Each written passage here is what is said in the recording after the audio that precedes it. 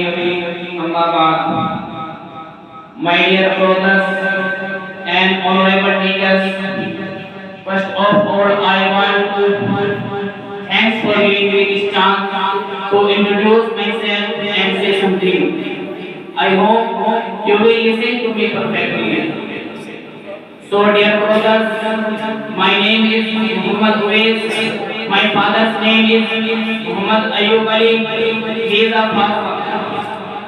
I am student in Jamia Darul Musharrafia. I completed his in Jamia Darul Musharrafia. Now I am doing here a course in which I read English, Arabic, Urdu, etc. My dear brothers, Allah says in the Holy Quran, اليوم أكملت لكم دينكم وأتممت عليكم نعمتي ورضيت لكم الإسلام دينا. Today I have perfected your religion for you and have completed my blessing upon you and chosen Islam as religion and a way of life for you.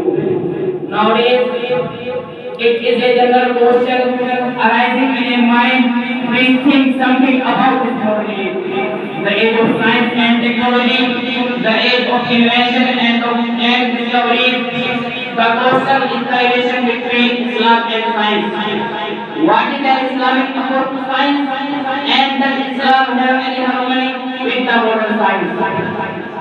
Dear audience, first of all, it is necessary to clarify that Islam is the eternal and perfect religion of Allah. It is in complete harmony with the human nature.